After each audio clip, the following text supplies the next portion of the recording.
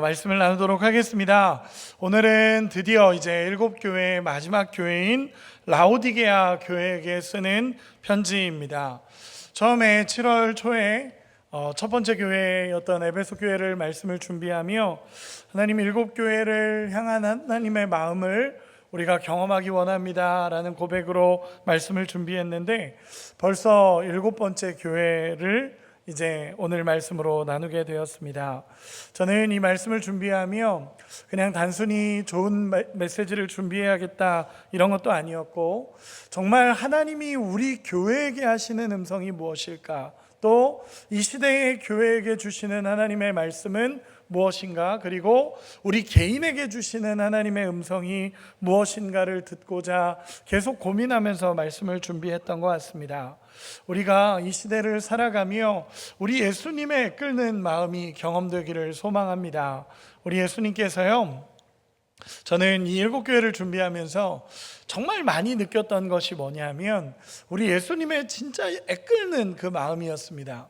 교회를 보시면서 정말 간절하게 예수님이 외치는 그 말씀들을 하나하나 묵상해 가면서 정말 이 시대에, 그리고 그 시대에 교회를 향한, 또 성도를 향한 예수님의 애끓는 마음을 볼 수 있었습니다.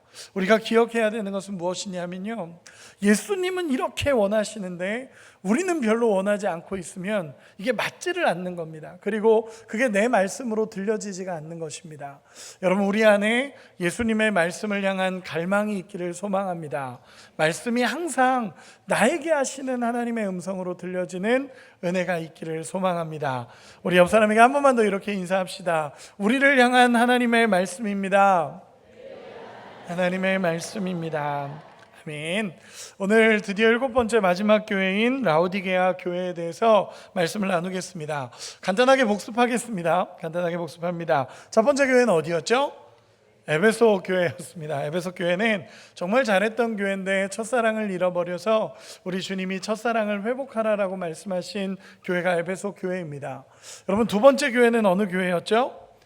서모나 교회였습니다. 서모나 교회는요, 주님의 칭찬을 받았던 교회입니다. 끝까지 충성해 달라고 우리 주님이 부탁하신 교회가 서모나 교회입니다. 세 번째 교회는 어떤 교회죠? 여기까지도 잘 나오고 있습니다. 버가모 교회입니다. 버가모 교회는요, 순교자적인 신앙을 가졌음에도 불구하고 세상의 많은 가치와 타협을 하며 우리 주님의 책망을 받았던 교회 중에 하나입니다. 네 번째 교회는 어디 교회였죠? 두아디라 교회였습니다. 두아디라 교회는 잘하는 교회였지만 여사제 이세벨을 용납함을 통해 우리 주님의 책망을 받고 돌아오라라고 말씀하신 교회가 두아디라 교회였습니다. 다섯 번째 교회는 어디였죠? 사대 교회였습니다. 여기서부터 이제 조금 헷갈리시죠? 사대 교회였습니다. 사대 교회는 우리 예수님의 책망을 많이 받았던 교회입니다. 박해가 적었고 핍박이 적으면서 오히려 신앙생활하는 좋은 환경이었음에도 불구하고 그 평안한 신앙생활이 오히려 나태함이 되어서 하나님 앞에 정말 호되게 혼났던 교회가 사대 교회입니다. 그리고 여섯 번째 교회는 지난주에 다뤘던 빌라델비아 교회였습니다. 빌라델비아 교회는요, 작은 능력, 그리고 너무 작은 교회였지만 우리 주님의 말씀을 지키며 배반하지 않았던 교회가 빌라델피아 교회였습니다. 여러분, 이 말씀들을 통해 우리는 어떤 말씀을 들을 수 있을까요? 같이 말씀을 나누면서 계속적으로 고민하기 원합니다. 오늘 7번째 교회 라오디게아 교회에 관한 말씀입니다. 먼저 라오디게아 교회를 이해하기 전에 그 지역을 잠시 살펴보도록 하겠습니다. 여러분, 라오디게아라는 이 지역은요, 소아시아의 7개의 도시 중에서 가장 부유했던 도시입니다. 가장 부유하고 가장 부자였던 도시입니다. 이 도시는요, 금융사업, 그리고 의학, 의류 사업으로 굉장히 유명했던 도시였고, 특별히 양모가 굉장히 질이 좋아서, 검은빛이 난 양모가 굉장히 질이 좋아서 정말 큰 부를 축적했던 도시가 이 라오디게아라는 지역이었습니다. 그러다 보니까 자연스럽게 금융업이 발달을 했었고 상업도시이며 그 소아시아 7개 중심 지역 안에서 금융의 중심지를 담당했던 도시가 이 라오디게아 지역이었습니다. 이 도시가 어느 정도로 부자였냐면요, AD 60년에 또 큰 지진이 나게 됩니다. AD 60년에 큰 지진이 나면서 이 라오디게아 지역이 완전히 폐허가 되어 버렸습니다. 그러다 보니까 보통은 그렇게 폐허가 된 다른 지역들을 보면 황제가 도와줘서 그 지역이 재건되고 그랬었습니다. 근데 이 라오디게아 지역은 어느 정도로 부자였냐면 이 황제가 도움을 주겠다라고 했는데 그걸 거절했습니다. 그걸 거절하면서 모든 기록에 그렇게 나오는데 거절하고 자기들이 가지고 있는 부유함을 통해서 자기들이 물질이 너무 많다 보니까 우리가 오히려 도시를 재건하겠다라고 말하면서 오히려 황제의 도움을 거절하고 자기의 힘으로 도시를 재건한 도시가 라오디게아라는 지역이었습니다. 그러다 보니까 얼마나 많은 돈과 재물이 축적되어 있는 도시인지 상상이 되시나요? 어마어마하게 많은 부를 누렸습니다. 거기에다가 여기 이 도시에는 의과대학이, 그 당시에 의과대학이 있었습니다. 안약 제조로 유명한 의과대학이 거기에 있었고, 그러다 보니까 굉장히 인지도가 있는 도시가 이 라오디게아라는 도시였습니다. 저도 이 성지순례를 가서 이 라오디게아 지역을 봤었는데요, 지금은 물론 터만 남아 있습니다. 지금은 거기에 터만 남아 있는데 그 터만 보더라도 야, 여기는 정말 화려했겠다, 정말 웅장한 도시였겠다라는 것이 보여지는 도시가 이 라오디게아라는 도시였습니다. 그런데 이 라오디게아에는 결정적인 문제들이 있었습니다. 이 지역에는 어떤 지역이었냐면 이렇게 부자 도시고 이렇게 부유하고 상업과 양모와 모든 게 발전했지만 이 지역에는 결정적인 문제 두 가지가 있었습니다. 첫째는 아까 얘기했던 지진이었습니다. 근데 이 지진은 돈으로 해결할 수 있었습니다. 지진은 돈으로 해결해서 그 도시를 다시 세우는 역할을 했었고, 그런데 또 하나의 중요한 문제가 이 도시에 있었는데 이 도시에서 물이 나지를 않는 겁니다. 물이 솟아오르는 지역 자체가 아닌 겁니다. 그러다 보니까 이 라오디게아라는 지역은 다른 도시에서 물을 끌어왔었습니다. 그래서 북쪽으로는 히에라폴리스라는 지역에서 10km 정도가 떨어져 있었는데 거기서부터 물을 끌어왔고, 그리고 골로세라는 지역에서는 이제는 또다시 16km 정도 떨어진 지역인데 그 지역에서 또다시 물을 끌어와서 이 두 지역에서 물을 끌어오면서 살았던 지역이 라오디게아 지역이었습니다. 그런데 여기서 잘 기억해야 되는 게 뭐냐면 히에라폴리스라는 지역에서는 뜨거운 물을 끌어왔습니다. 이 히에라폴리스라는 지역은 지금도 있는 도시인데 굉장히 중요한 온천 도시입니다. 파무칼레라는 지역이 있는 도시인데 엄청 아름다운 온천이 있습니다. 그 온천에서 뜨거운 물을 10km 정도를 땡겨오는 겁니다. 그리고 또 골로세라는 지역에서는 차가운 물을 16km 정도를 끌어오는 상황이었습니다. 그러다 보니까 어떤 일이 벌어졌냐면 히에라폴리스에서 끌어오는 뜨거운 물이 이 라오디게아 지역에 도착하면 미지근해져 버리는 겁니다. 또 골로새에서 끌어오는 이 차가운 물이 16km 정도를 오다 보니까 도착했을 때는 미지근한 물이 되는 상황들이었습니다. 그래서 이 지역 사람들은 잘 알고 있는 게 뭐였냐면 이 미지근한 물이 이 도시 안에 가득했다라는 걸 그 지역 사람들은 알고 있었습니다. 여러분, 정말 부자 도시였지만 물 부족의 문제가 있었고 정말 잘 사는 도시였지만 여전히 어려움이 있는 도시가 이 도시였습니다.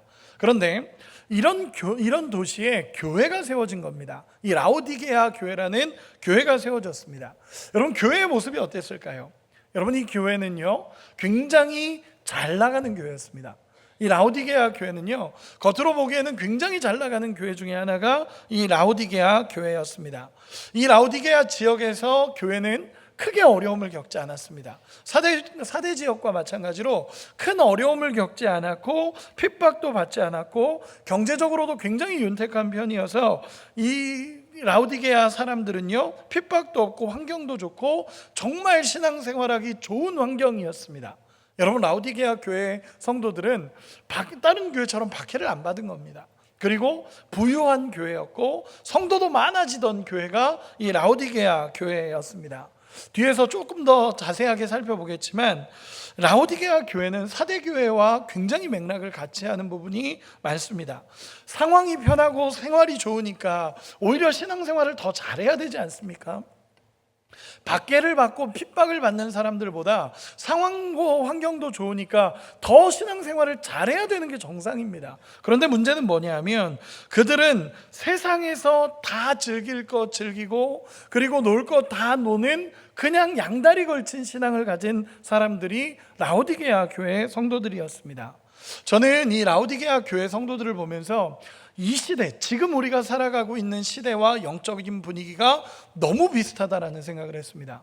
왜냐하면 이 교회는 재정도 많았고요, 사람도 많았고요, 그리고 정말 많은 것들이 잘 갖춰진 교회가 이 라오디게아 교회였습니다. 그런데 우리가 잘 이해해야 되는 게 뭐냐면 이 라오디게아 교회는요, 칭찬이 없고 책망만 받았던 교회입니다. 이 라오디게아 교회는요, 어떤 교회는 칭찬도 받고 책망도 받고, 또 어떤 교회는 칭찬만 받고, 또 어떤 교회는 책망만 받았는데, 이 라오디게아 교회가 사대 교회와 마찬가지로 책망만 받았던 교회입니다. 정말 부자고 정말 사람 많고 겉으로 보기에는 잘 나가는 교회처럼 보였지만 결국에는 책망만 호되게 받았던 교회가 이 라오디게아 교회입니다. 이 라오디게아 교회에 대해서 구체적으로 한번 살펴보도록 하겠습니다. 우리 14절 같이 한번 읽어보겠습니다. 14절입니다. 시작. 라오디게아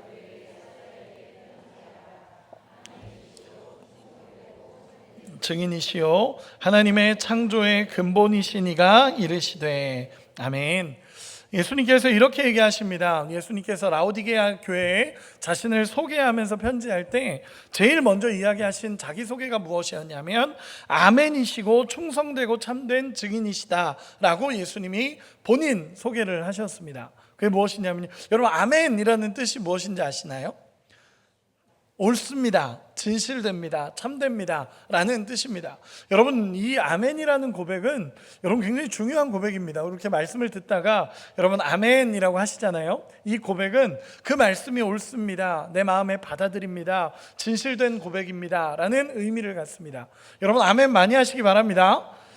초대교회부터 갖춰온 전통입니다. 이 아멘이라는 것은 예수님께서 나는 아멘이다, 그리고 참되고 충성된 증인이다 라는 것은요, 예수님만이 진리라는 표현이고, 그리고 그 뒤에 이야기하신 것이 창조의 근본이다 라고 표현하시는데, 이 말씀은요, 예수님이 자기소개를 할 때 이 두 가지를 하신 것입니다. 첫째는 내가 진리이고, 두 번째는 내가 창조의 근원이다 라는 표현인데, 이 표현은 교회의 통치자이시며 교회를 창조하신 이가 예수님이다 라는 표현입니다. 여러분, 교회의 주인이 누구이십니까? 예수님이십니다. 여러분, 절대로 우리가 아닙니다. 교회의 주인은 철저하게 예수님이시고 교회의 통치자는 철저하게 예수님이십니다. 이 고백을 예수님이 먼저 하시는 것입니다. 예수님께서 나는 창조의 근원이고 내가 참된 진리다 라고 예수님이 선언하신 다음에 뭐라고 말씀하시냐면, 이 라오디게아 교회를 호되게 책망하시는데 두 가지를 책망하십니다. 칭찬을 하신 게 아니라 두 가지의 강한 책망을 하십니다. 이 책망이 첫 번째가 무엇이냐면 15절 16절 우리 같이 한 번만 읽어보겠습니다. 15절 16절입니다. 시작. 내가 내 행위를 아노니 네가 차지도 아니하고 뜨겁지도 아니하도다. 내가 이같이 미지근하여 뜨겁지도 아니하고 차지도 아니하니 내 입에서 너를 토하여 버리리라. 아멘. 예수님이 강하게 책망하는 첫 번째는 뭐냐면 너희가 뜨겁지도 않고 차지도 않은 미지근한 신앙을 갖고 있다라는 것입니다. 여러분, 그러면서 예수님 뭐라고 말씀하시냐면 정말 조금 과하다 싶을 정도로 예수님이 강하게 얘기하시는 게 있습니다. 내가 너를 토하여 버릴 거다 라고 표현하십니다. 너무 말이 세지 않습니까? 저는 말씀을 읽으면서 와, 예수님 진짜 세게 얘기하신다 라는 생각을 했습니다. 그런데 이 표현을 사실은 라오디게아 사람들은 다 이해하는 표현입니다. 왜냐하면 앞에서 이야기한 것처럼 정말 뜨거운 히에라폴리스의 온천에서의 물을 끌어오면요, 그 뜨거웠던 물이 라오디게아에 도착하는 순간 미지근해져 버립니다. 그리고 그 물은 석회수인데 이 미지근한 석회수를 물로 마시는 순간 자연스럽게 나오는 게 구토라고 합니다. 이 미지근한 석회수를 마시는 순간 구토가 쏟아져 나오는 것이 이 미지근한 물입니다. 그리고 차가운 물을 골로새에서 끌어온다 하더라도 도착하면 미지근한 물이 되어버리는 것입니다. 여러분, 이 시대에 라오디게아 사람들은 다 알고 있었습니다. 이 미지근한 물이 얼마나 역하고 토할 수밖에 없는 물인지 이 라오디게아 사람들은 다 알고 있었고, 예수님도 그 도시의 비유를 해서 이렇게 이야기하시는 것입니다. 쉽게 얘기해서 이겁니다. 너희가 차거나 뜨겁거나 해라. 정말 이 미지근한 신앙은 내가 받지 않는다라고 예수님께서 이야기하시는 것입니다. 여러분, 라오디게아 교회를 향해서 정확하게 이야기하는 것이 이겁니다. 차거나 뜨겁거나 해라. 미지근하면 내가 역하여 토하여 버릴 거다. 이 교회로서의 존재 가치를 버릴 거다라고 예수님께서 선언하시는 것입니다. 여러분, 라오디게아 성도는요, 너무 애매한 신앙을 가지고 있었습니다. 정말 애매한 신앙을 가지고 있었던 교회가 라오디게아 교회입니다. 차지도 않고 뜨겁지도 않은 미지근한 신앙. 여러분, 이 책망은 다른 교회들이 받았던 책망과는 사실은 전혀 다릅니다. 다른 교회들은요, 뜨겁고 막 정말 열정적으로 하나님 앞에 살다가 하나님 앞에 칭찬도 받았고요, 정말 생명 걸고 예수를 믿다가 주님이 기뻐하시며 충성된 교회라고도 말했고, 또 어떤 교회는 완전히 무너져 버려서 정말 그 타협하는 신앙을 갖고 있고, 정말 그러면서 완전히 무너진 신앙을 갖고 있다가 예수님 앞에 책망받은 교회가 대부분이었습니다. 그런데 이 라오디게아 교회는 그런 게 아닙니다. 제가 쉽게 표현해 보겠습니다. 완전히 영적이지도 않고 완전히 세속적이지도 않은 겁니다. 완전히 예수님을 사랑하는 것도 아니고 사랑하는 것 같지도 않고, 사랑한다고 말은 하는데 사랑하는 것 같지 않고, 믿음이 있는 것 같은데 믿음이 없는 것 같고, 또 믿음이 없는 것 같은데 믿음이 있는 것 같고, 이것도 아니고 저것도 아니었던 교회가 이 라오디게아 교회입니다. 저 교회를 보면서 저 교회는 믿음이 있는 건가? 아닌가? 이런 고민을 하게 만드는 교회가 라오디게아 교회인 겁니다. 세상에서 마음껏 살아가고 있는데 나는 천국 갈 수 있다라고 말하는 이상한 신앙의 형태가 라오디게아 교회에 계속 나오고 있었다라는 것입니다. 세상과 하나님과 적당히 양다리 걸치고 있으면서 그냥 내가 원하는 대로 살고 있었던 교회가 라오디게아 교회입니다. 조금 더 쉽게 표현해 볼까요? 예수님을 믿는다고 하고 교회는 열심히 다니는데 예수님 앞에 관심이 없는 겁니다. 교회는 열심히 다니는데 예배 드리는 자리에는 관심이 없고, 교회는 열심히 드린다고 하는데 예수님과 상관이 없는 신앙을 가지고 있는 사람들이라는 것입니다. 여러분, 우리를 한번 돌아봅시다. 우리도 마찬가지입니다. 우리도 이 예배 자리에 다 있지 않습니까? 예배 자리에 여기까지 힘들게 나오지 않으셨습니까? 어쩌면 습관을 쫓아 이 자리에 나온 분도 있지만 정말 치열하게 이 자리에 나오신 분들도 분명히 있을 겁니다. 그런데 예배 자리에 나오긴 하는데 하나님 앞에 관심이 없고, 예배 자리에 나오긴 하는데 예수님의 말씀을 듣는 것에 관심이 없다면 이건 정말 이상한 신앙이 되어져 가고 있다라는 것입니다. 여러분, 구약 성경에 사울 왕이 그랬습니다. 사울 왕이요, 처음에는 하나님을 잘 믿었습니다. 겸손했습니다. 그런데 어느 시점부터인가 하나님을 안 믿는 것은 아닌데 내가 더 높아지기 시작하는 것입니다. 안 믿는 건 아닌데 내가 더 높아지고, 안 믿는 건 아닌데 하나님보다 내가 더 좋아지는 것입니다. 내 권력이 더 좋아지는 겁니다. 신약의 가룟 유다가 그랬습니다. 예수님 옆에서 따라다녔지만 예수님을 신뢰하는 것처럼 재정을 맡고 돈괴를 맡은 자라고 하는데, 정말 그렇게 예수님을 신뢰하는 것 같아 보이지만 결국에는 예수님을 신뢰하지 않는 그런 모습이라는 것입니다. 여러분, 교회가 왜 이렇게 됐을까요? 교회가 대체 왜 이런 모습이 됐을까요? 뜨겁지도 않고 차지도 않고 미지근해서 이 사람이 믿는 건지 이 사람이 믿지 않는 건지를 모르겠는 그런 엉뚱한 신앙이 되어버린 모습이 이 라오디게아 교회의 모습입니다. 여러분, 사랑의 눈으로 우리 옆 사람을 한 번만 봐줍시다. 뜨거워 보이십니까? 죄송합니다. 다시 앞을 봐주시기 바랍니다. 대답을 듣지 않으셔도 됩니다. 저를 봐주시기 바랍니다. 그럼 왜 이렇게 됐을까요? 교회가 왜 이렇게 됐을까요? 사대교회와 마찬가지입니다. 다른 교회들은요, 어려움과 도전 앞에서 정말 예수를 믿는다는 것이 무엇인지를 분명히 새기고 정말 뜨겁게, 정말 간절하게 예수를 믿을 수밖에 없는 사람들이었습니다. 그런데 라오디게아 교회는 오히려 편했던 환경, 세상의 물질, 이런 모든 것이 교회 안으로 들어오면서 문제는 뭐냐 하면 진짜 신앙의 중요한 본질을 잊어버려 가는 것입니다. 오히려 박해가 없고 편안한 부유한 신앙이 하나님 앞에서의 열심을 잃어버리게 만들고 기도하는 자리를 찾지 않게 만들고 예배의 문을 닫아버리는 것입니다. 여러분, 이게 라오디게아 교회의 모습이었습니다. 제가 자주 예화로 드는 것 중에 하나가 여호수아 24장의 말씀입니다. 여호수아 24장에 보면 여호수아가 백성들을 향해 이렇게 외칩니다. 이제는 좀 선택해라.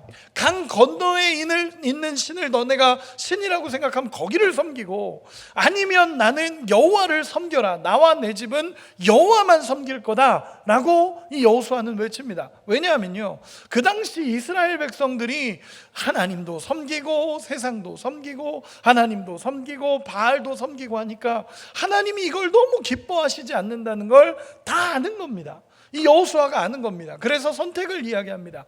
저쪽 신이 좋으면 저쪽 신 섬겨라. 그러나 나와 내 집은 여호와만 섬기겠다.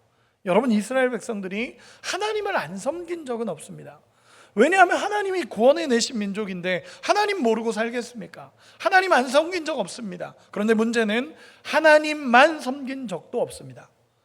여러분, 이게 이스라엘 백성들의 문제였습니다. 그래서 적당히 하나님도 섬기고 세상도 섬기고 했던 모습을 가지고 있었던 것입니다.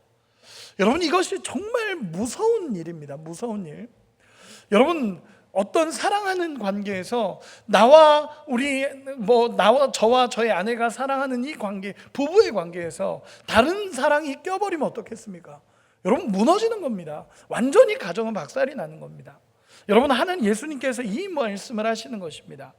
이상한 신앙을 가졌다라는 것입니다. 믿는 것도 아니고 안 믿는 것도 아니고 사랑하는 것도 아니고 안 하는 것도 아니고, 이 사람이 믿음이 있나 라고 보는데 믿음이 없는 것 같고, 믿음이 없는 것 같은데 갑자기 믿음이 있는 것 같고, 이런 애매한 신앙, 회색지대에 있는 것 같은 신앙이 이 라오디게아 교회의 신앙이었습니다. 예수님은 이 신앙을 정확하게 지적하십니다. 그러면서 뭐라고 말씀하시냐면 돌이키지 않으면 내 입에서 토하여 버리겠다 라고까지 말씀하신 신앙이 이 모습입니다. 기름 부음을 거두어 가시겠다라는 거고, 그 교회를 통해서, 그 믿음 있는 자를 통해서, 그 성도들을 통해서 더 이상 하나님의 역사가 일어나지 않을 거다라는 무서운 말씀이십니다. 이게 첫 번째 지적이셨습니다. 두 번째로 예수님께서 강하게 책망하시는 두 번째 부분이 있습니다. 우리 17절 같이 한번 읽어보겠습니다. 17절입니다. 시작. 네가 말하기를 나는 부자라 부요하여 가련한 것과 가난한 것과 눈먼 것과 벌거벗은 것을 알지 못하는도다. 아멘. 여러분, 예수님께서 두 번째 책망하시는 건 뭐냐면 잘못된 자기 진단을 책망하십니다. 여러분, 이 사람들은요 영적으로 착각하고 있었습니다. 어쩌면 이 문제가 첫 번째 문제보다도 더 큰 문제입니다. 여러분, 그 당시 라오디게아 교인들은 부자 도시에 사는 부자 교인들이었습니다. 그 당시 7교회 중에 어떤 교회도 이렇게 부자인 교회가 없었습니다. 라오디게아 교회는 물질적인 풍요로움이 있었던 교회고요, 그리고 사람도 많아지는 교회였습니다. 그러다 보니까 이 교회가 잘 살고 있다고 착각하는 것입니다. 오늘 말씀처럼 나는 부자라 부요하여 부족함이 없다 라고 고백하는 교회입니다. 나는 부자라서 부요하고 부족함이 없다라는 것입니다. 여러분, 어디의 기준입니까? 하나님의 말씀이 기준이 아니라 나는 부자라 부요하여 부족함이 없다. 여러분, 다 세상적인 겁니다. 쉽게 표현해 보겠습니다. 돈이 많은 교회입니다. 돈이 많은 교회고 부자인 성도들입니다. 호화로운 생활을 즐기면서 주일 예배도 지키죠. 헌금도 많이 합니다. 그러다 보니까 내가 꽤 괜찮은 신앙인인 줄 알고 착각하는 것입니다. 부요하여 부족함이 없다라는 자기평가를 내리고 있습니다. 여러분, 그런데 문제는요, 이 라오디게아 교회는요 복음을 전하려는 사람도 없고 울며 기도하는 자들도 없고 주님의 사랑으로 정말 그 아픔을 통감하며 서로의 박해의 고난을 아파하며 같이 믿음으로 살아가는 그 공동체성도 없고, 교회에서 훈련이나 사역으로 교인들에게 도전하지도 않으니까 교회 다니기 부담도 없습니다. 그냥 성도도 많아지기 시작하고 교회도 재정도 많고 성도가 편하게 신앙생활하는 관계가 되어 있는 것입니다. 여러분, 정말 문제죠. 정말 문제입니다. 네, 이런 겁니다. 성도가 많아지고 교회가 재정이 많아지고 이렇게 하니까 그냥 부족한 게 없어 보이는 것입니다. 내가 교회를 다 아는 것 같았을 겁니다. 맞아, 신앙생활 이렇게 하는 거지. 신앙생활 이렇게 하면 돼. 신앙생활 교회를 이렇게 믿으면 되고, 하나님이 인정해 주는 것 같은 분위기고, 내가 복받은 것 같고 하나님이 인정해 주는 것 같으니까 인생이 잘 풀리니까 다른 사람에게도 이렇게 이야기하는 겁니다. 야, 신앙생활 이렇게 하면 돼. 신앙생활 이렇게 하면 돼. 어떻게 하면 주님께 복받는지 알아? 이렇게 말하고 있는 신앙생활이 이 라오디게아 교회의 모습이었습니다. 여러분, 근데 진짜 문제는 뭐냐면, 말도 잘하고 머리로는 똑똑해 보이는 것처럼 보이지만 신앙은 그런 게 아닙니다. 신앙은요, 내가 나를 평가하는 것이 아니라 예수님이 바라보는 내가 평가되는 것입니다. 여러분, 예수님은 이렇게 평가합니다. 그들은 스스로가 너무 잘한다라고 생각했지만 우리 주님의 평가는 비참했습니다. 표현해 보겠습니다. 우리 17절 한 번만 다시 읽겠습니다. 다시 한 번만 17절 읽어보겠습니다. 시작. 네가 말하기를 나는 부자라 부요하여 부족한 것이 없다 하나 내 곤고한 것과 가련한 것과 가난한 것과 눈먼 것과 벌거벗은 것을 알지 못하는도다. 아멘. 여러분, 예수님이 이렇게 평가하는 겁니다. 너는 곤고하고 가련하고 눈멀었고 벌거벗었다. 여러분, 이런 평가가 어디 있습니까? 공고하다라는 것은요, 영적으로 보잘것없다라는 뜻입니다. 자기 힘을 의지하고 살았기 때문에 그리스도의 능력이 그 교회에 머물지를 않는 것입니다. 가난하다라는 이 평가는요, 그들 스스로가 부유하다라고 얘기하지만 영적인 가난함이 그들에게 있었다라는 것입니다. 여러분, 이 교회와 전혀 반대됐던 교회가 서문학교회입니다. 그들은 가난했지만 실상은 너희가 부유한 자라라는 평가를 받았습니다. 그런데 예수님은 그렇게 부자인 교회이지만 너희는 가난하다라는 평가를 하십니다. 그리고 눈멀었다라고 얘기합니다.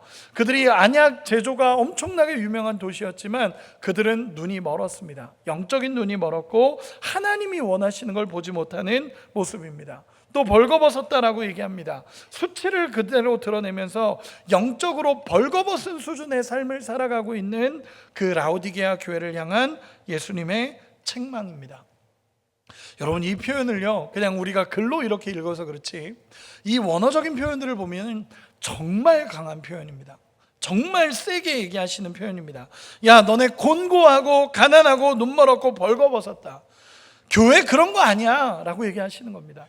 교회 그런 거 아니야. 신앙 그런 거 아니야. 너 잘하고 있는 거 아니야. 너는 부자라 부요하여 부족함이 없다라고 얘기하지만 교회 그런 거 아니야. 신앙 그런 거 아니야. 예수 믿는다는 거 그런 거 아니야 라고 강하게 얘기하시는 것입니다. 여러분, 이 표현들이 뭡니까? 그들은 기도하지 않았다는 겁니다. 예배를 제대로 드리지 않았다는 것입니다.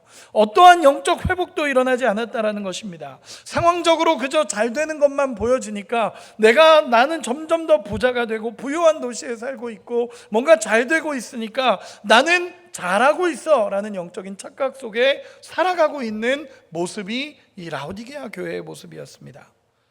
여러분, 물어보겠습니다. 우리는 어떻습니까? 우리의 신앙은 어떻습니까? 제가 청년 사역을 오래 하다 보니까 청년들하고 이런 이야기를 할 때가 참 많았었습니다. 우리 교회 청년들 얘기 아닙니다. 제가 예전에 사역했던 청년들에게 이런저런 이야기 많이 하고 상담도 많이 하다가 청년들에게 그런 얘기를 항상 물어봅니다. 요즘 너의 신앙은 어떠냐? 라고 물어봅니다. 알죠. 어떻게 신앙생활할지 다 알고 있습니다. 그러나 꼭 물어봅니다. 왜냐하면 자기 점검을 해야 되니까. 제가 물어봅니다. 너의 신앙은 요즘 어떠니? 라고 물어보면 여러분, 놀라운 것은 예배도 제대로 안 드리고 기도도 제대로 하지 않고 제가 보기엔 엉망인데 자기 스스로는 전 요즘 예수님과 좋습니다 라고 얘기하는 사람들이 꽤 많습니다. 꽤. 아니, 제가 봤을 때는 예배도 제대로 안 드리고요, 기도도 제대로 안 하고요, 하나님이 원하시는 삶을 사는 것 같지도 않습니다. 늘 이렇게 살아가는데 물어보면 저는 신앙이 참 좋습니다. 여러분, 문제입니다. 정말 문제입니다. 제가 그 친구에게 그런 얘기를 한 적이 있습니다. 야, 기도하지 않고 말씀 읽지 않고 예수님 뜻대로 살려고 몸부림치지 않는데 예수님과의 좋은 관계를 맺을 수 있는 방법이 있다면 나도 좀 알려줘라. 나도 좀 알려줘라. 여러분, 문제입니다. 여러분, 신앙은 그런 거 아닙니다. 예수 믿는다는 거 그런 거 아닙니다. 내가 기도하지 않고 예배에 집중되지 않고 하나님 앞에 관심이 없는데 나는 잘하고 있다라고 생각한다면 정말 영적인 착각에 빠져 있는 게 우리의 모습입니다. 여러분, 바리새인들이 그랬습니다. 나는 잘한다라고 생각했고, 난 이걸 하고 있고, 나는 이것도 하고 있고, 이것도 하고 있으니까 엄청 신실하고 나는 진짜 하나님 앞에 잘하고 있다라고 생각했던 사람들이 바리새인들입니다. 그런데 여러분, 우리가 중요하게 기억해야 되는 건 예수님은 바리새인들을 향해서 뭐라고 말씀하셨냐라는 것입니다. 예수님 뭐라고 하셨죠? 독사의 자식들아라고 표현하셨습니다. 그거 아니라는 겁니다. 그렇게 신앙생활하는 거 아니라는 것입니다. 주님의 발 아래 내가 겸손하게 내 모습을 진지하게 인정하지 않으면 여러분, 신앙적으로 다 무너지는 것입니다. 여러분, 주님은 이 부분을 지적하는 것입니다. 정말 예수님께서는 이 부분을 지적합니다. 정말로 제대로 된 자기 진단이 나와야 되고 정말 제대로 된 영적으로 나를 바라보는 하나님의 마음을 알아야 된다라고 우리 예수님께서 말씀하시는 것입니다. 여러분, 진짜 겸손은요, 하나님 앞에서 내가 어떤 존재인지를 깨닫는 것이 겸손함입니다. 여러분, 그런 겸손함이 우리 안에 있기를 소망합니다. 우리 주님은 강하게 이 두 가지를 책망하십니다. 미지근한 신앙이 되지 마라. 차든지 덮든지 해라. 그 미지근한 신앙 속에서 벗어나라 라고 예수님 지적하시고, 또 하나는 잘못된 영적인 자기 진단에서 벗어나서 다시 하나님 앞에 내가 어떤 존재인지를 돌아보라 라는 책망함이 나옵니다. 그리고 나서 우리 주님은 책망으로 끝나는 것이 아니라 그들을 회복시킬 수 있는 방법을 우리 주님께서 말씀해 주십니다. 그 방법이 18절입니다. 우리 같이 한번 읽어보겠습니다. 18절입니다. 시작. 내가 너를 권하노니 내게서 불로 연단한 금을 사서 입어 벌거벗은 수치를 보이지 않게 하고 안약을 사서 눈에 발라 보게 하라. 아멘. 예수님께서 방법을 이야기해 주시는데 그들이 자랑하던 것을 예수님이 반대로 이야기하시며 그들이 자랑했던 것을 꺾어서 예수님은 분명하게 이야기하십니다. 첫 번째로 연단한 금을 사서 부요하게 하라 라고 말씀하시는데, 그들은 금융업이 워낙 발달했던 도시입니다. 그런데 여기서 말하는 연단한 금이라는 것은 베드로전서에 보면 믿음을 상징합니다. 쉽게 얘기해서 믿음을 사서 너희의 믿음을 분명하게 하라 라는 예수님의 말씀이고, 또 하나는 흰 옷을 사서 벌거벗은 수치를 보이지 않게 하라 라고 얘기합니다. 그 당시 그 도시는 모직물의 생산지였습니다. 그런데 예수님은 너희가 아무리 좋은 옷을 입고 있어도 진짜 필요한 옷은 주님의 보혈을 입은 옷이다. 흰 옷을 입어라. 은혜의 옷을 입어야 된다라는 말씀을 하시는 것이고, 세 번째로 안약을 사서 눈에 발라 보게 하라 라고 얘기했는데, 쉽게 얘기해서 영적인 눈을 뜨라라는 것입니다. 여러분, 제가 지금 말씀으로 나눴던 이 세 가지에 공통적으로 등장하는 단어 하나가 있습니다. 그게 뭐죠? 사서라는 단어입니다. 여러분, 사다라는 단어는 내게서 사라라는 것이 3번 나오는데 이것이 정말 중요한 표현입니다. 여러분, 사다라는 것은 구매하다라는 의미를 갖죠. 사다라는 것은 구매한다라는 의미를 갖습니다. 즉 어떤 표현이냐면 내게 있는 것이 아닌 겁니다. 내가 가지고 있지 않은 것을 예수님께 사라는 것입니다. 여러분, 회복이 어디서 나옵니까? 내가 나를 아무리 고민해도 여기서 회복이 나오지 않습니다. 내가 돌이켜야지 아무리 얘기해도 그것은 회복의 방법이 아닙니다. 돌이켜야지라고 반성하고 후회할 수는 있지만 그게 진짜 회복의 방법이 아니라는 것입니다. 진짜 회복은요, 예수님께 가서 사는 게 회복의 방법입니다. 여러분, 우리에게 회복이 있는 게 아니라 예수님께 회복이 있다라는 것이 사다라는 의미입니다. 거기서 사다라는 의미는 더 중요한 의미를 하나를 갖는데, 그것이 무엇이냐면 대가를 지불하는 삶입니다. 여러분, 신앙은요 그냥 주어지는 게 아닙니다. 우리가 구원을 받는다는 것은 하나님의 은혜로 말미암아 우리가 구원을 받지만, 우리가 믿음으로 살아가는 이 영역에서는 철저한 대가의 지불이 필요합니다. 여러분, 그 대가의 지불은요, 힘써 주와 함께 걷는 것이고, 신앙은 절대로 쉽게 그냥 이루어지지 않는다라는 것입니다. 여러분, 내가 편하게 신앙생활한다고 해서 좋은 거 아닙니다. 정말 내 인생에 어려움이 없다고 해서 좋은 거 하나도 아닙니다. 우리의 인생에 때로는 찾아오는 그 고난을 통해 하나님은 우리를 깨닫게 하시기도 합니다. 여러분, 진짜 대가 지불은 이런 겁니다. 힘들어도 어려워도 하나님의 말씀을 붙잡는 것이 대가를 지불하는 것입니다. 힘들고 어려워도 다시 그 기도의 자리를 회복해서 하나님 앞에 서 있는 것이 대가를 지불하는 것입니다. 내가 힘들고 어려워도 몸부림치면서 하나님 앞에 살아가는 것이 대가를 지불하는 삶입니다. 여러분, 그냥 내가 편한 대로 나 오늘은 힘드니까, 난 안 되겠으니까, 어려우니까, 여러분, 대가를 지불하는 삶이 아닙니다. 대가를 지불한다는 것은, 예수께 나가서 그것을 산다라는 것은요, 어려워도 힘들어도 끝까지 믿음을 지키며 주님과 함께 걸어가는 삶을 의미합니다. 라오디게아 교회가 이렇게 하지 않았습니다. 그냥 적당히 양다리 걸쳐놓고 이게 좋으면 이게 하고 이쪽이 좋으면 이거 하고, 믿는지 안 믿는지도 모르겠고, 사랑하는지 안 하는지도 모르겠고, 사랑하는 것 같다가도 안 하는 것 같고, 여러분, 이게 애매한 신앙의 라오디게아 교회의 모습이었습니다. 그때 예수님께서 분명하게 얘기하는 것은 그 신앙이 아니라 대가를 지불하고 우리 주님 끝까지 붙잡아야 된다라는 것을 예수님께서 말씀하시는 것입니다. 저는 어떤 분을 이런 얘기를, 제가 어느 성도님을 만나서 잠깐 이야기하는데, 우리 성도님이 그런 얘기를 하더라고요. 자기는 요즘에 신앙생활이 참 힘들다는 겁니다. 힘들다고 이야기하시면서 조금 진지하고 약간의 장난이 섞인 이야기를 하시는데, 뭐라 그러냐면, 어떤 분은 막판에 예수님 믿고 천국 가는데 난 너무 빨리 믿었다고, 이렇게 얘기하시는 분을 만났습니다. 막판에 예수 믿고 막판에 천국 가면 되는데, 내가 예수를 너무 빨리 믿어서 이 고생을 하고 있나, 인생 참 힘들다, 이런 얘기를 하는 겁니다. 그래서 제가 듣다가 정말 그렇게 생각하세요? 그랬더니 웃으시더라고요. 그냥 웃으시더라고요. 여러분, 저는 그분과 이렇게 대화를 하면서 그런 얘기를 했습니다. 두 가지를 모르시는 것 같다.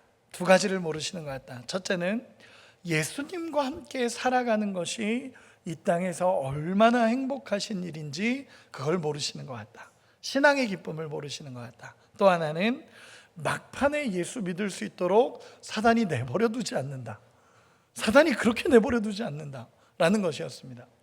여러분, 우리가 믿음의 길을 걸어간다는 것이 무엇입니까?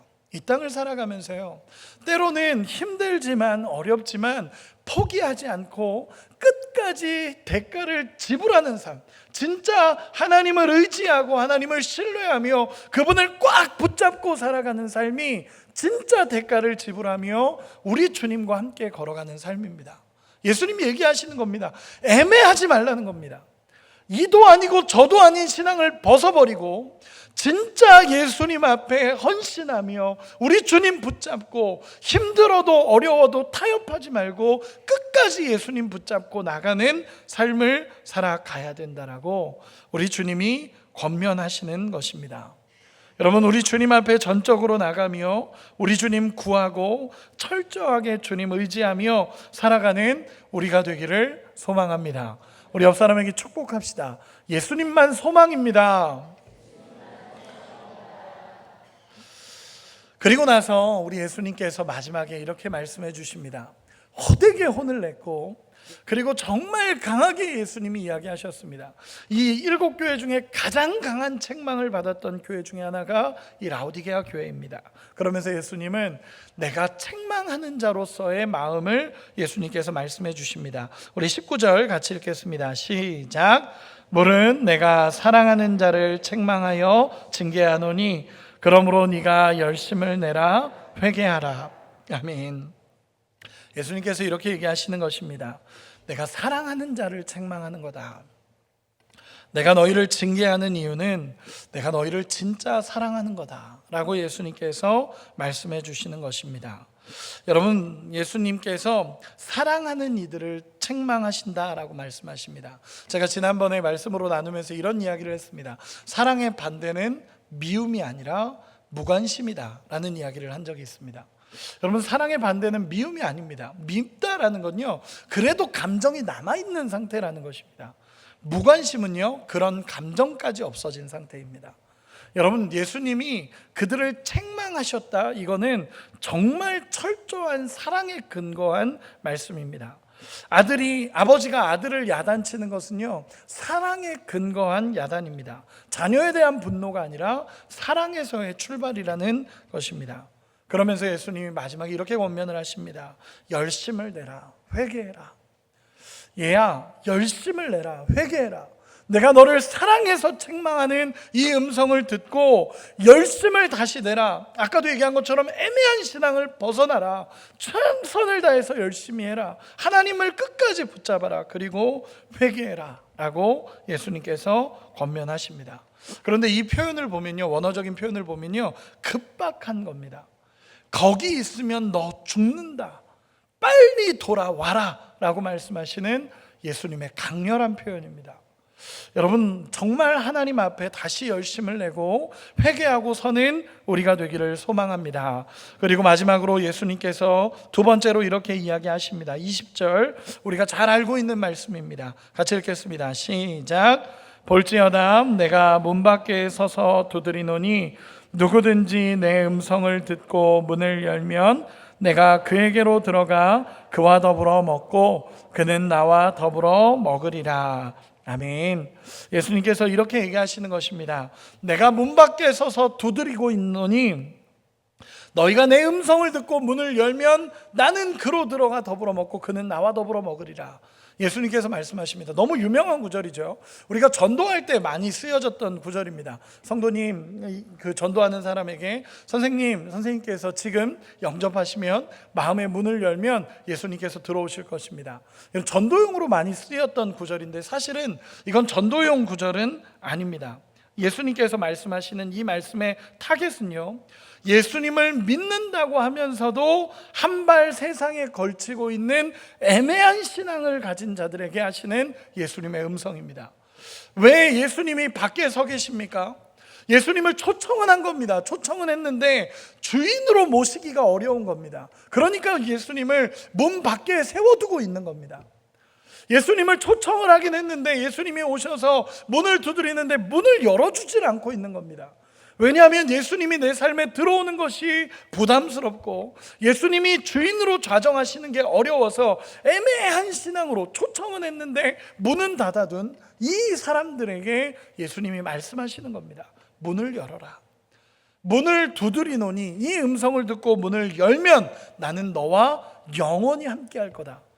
나는 준비되어 있고 나는 이 앞에 있다. 네가 문만 열면 나는 영원히 너와 함께할 거다 라고 말씀하시는 예수님의 음성입니다.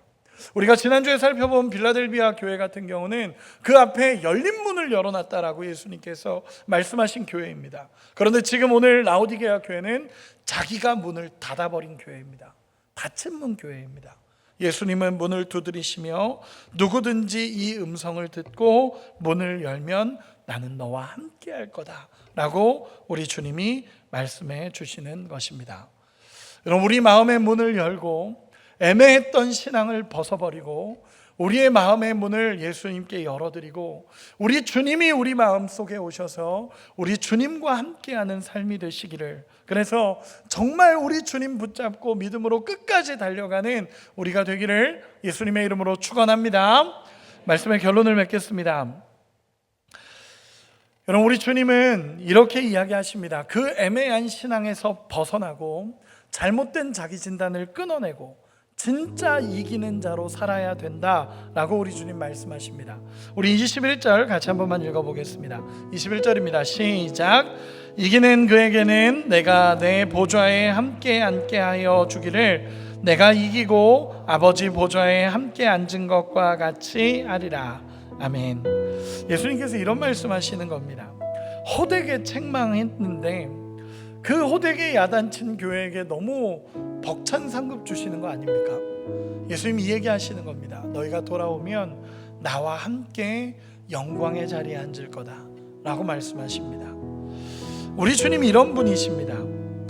혼을 내더라도 끝까지 사랑하시고 그가 돌아왔을 때 기억하지 않고 약속을 이루시는 분이 우리 하나님이십니다.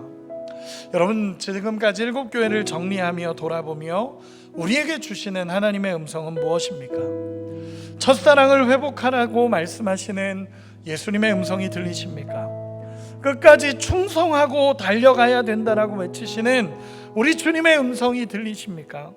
타협하지 말고 우리 주님 끝까지 바라보며 믿음을 지켜달라고 부탁하시는 그 음성이 들리십니까? 우리 주님 배반하지 말고 끝까지 타협하지 말고 따라가자는 우리 주님의 음성이 들리십니까? 그리고 오늘 미지근한 신앙에서 벗어나서 진짜 우리 주님을 꽉 붙잡고 대가를 지불하고 우리 주님 끝까지 붙잡고 살아가는 삶이 되라는 예수님의 음성이 들리십니까? 저는 7교회를 말씀을 준비하며 정말 우리 교회가 우리 주님이 기뻐하시는 교회가 되기를 원합니다라고 소망했습니다. 여러분, 우리 교회가 잘하고 있다라는 생각 내려놓고 진짜 우리 교회 정도면 괜찮지라고 하는 생각도 내려놓고 주님이 보시는 우리 교회의 모습은 어떤 교회일까라는 고민이 우리 안에 있기를 소망합니다. 또한 동일하게 우리 성도님들에게 이렇게 외치고 싶습니다. 이 정도 신앙이면 괜찮다가 아니라 우리 주님 보시기에 칭찬받을 모습인지 책망받을 모습인지 분명한 영적 진단이 나오기를 원합니다. 내가 교회에서 섬기는 자리에 있으니까, 내 인생에 큰 문제가 없으니까, 나는 삶이 잘 되고 있으니까 나는 참 괜찮은 존재야 라는 것이 아니라 예수님은 나를 어떻게 보실지를 진지한 그 음성 앞에 서는 은혜가 있기를 소망합니다. 차든지 뜨겁든지 하라는 예수님의 음성이 오늘 나에게 하시는 하나님의 음성으로 들려지기를 원합니다. 나의 예배가 미지근하다면, 나의 기도가 미지근하다면, 지금 내 신앙이 이도 저도 아니라면 이제는 주님 앞에 회개하고 돌아서야 할 때입니다. 우리 주님 앞에 돌아섰을 때 우리 주님 맞이해 주시면서 다시 하나님의 사람으로 세워가시겠다라고 우리 주님이 약속해 주십니다. 마지막으로 어제 말씀을 정리하면서 결론을 이렇게 쓰면서 제 마음에 하나님 앞에 기도했던 한 가지가 있습니다. 그게 무엇이었냐면, 주님, 정말 주님이 이 시대에 기뻐하는 교회를 찾으신다면 우리 평안교회가 됐으면 좋겠습니다 라는 고백과, 또 하나는 주님, 정말 이 시대에 하나님의 사람을 찾으신다면 주님, 제가 하나님의 사람으로 서 있고 싶습니다 라는 고백이었습니다. 저 우리 성도님들에게도 동일하게 도전합니다. 여러분, 하나님의 사람을 찾으신다면 주님, 제가 여기 있습니다 라고 고백하며 우리 주님 끝까지 배신하지 않으며 우리 주님 따라가는 우리 모두가 되시기를 예수님의 이름으로 축원합니다.